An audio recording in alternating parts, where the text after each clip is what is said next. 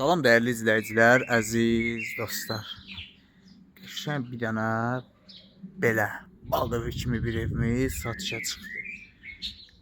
Quşların cəhcəh səsinə oyanmaq istəyirsinizsə, kənd həyatı yaşamaq istəyirsinizsə, belə bir evi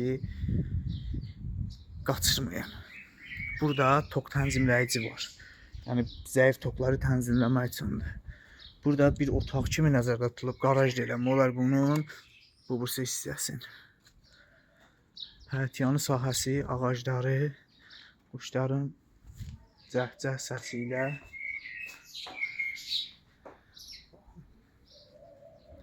həyətdə hamısı bar verən ağaclardır. Daxil olduq evə. Daxil olan kimi birinci bir geniş böyük bir qonaq otağı var. Burada yerləşir mətbəx hissəsi.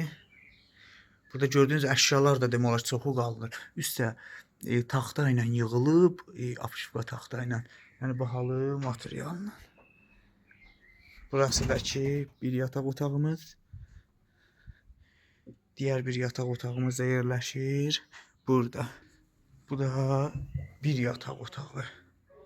Keçid alıq evimizin mansar hissəsini sizə təqdim edirəm. Mansardan qabaq belə deyək.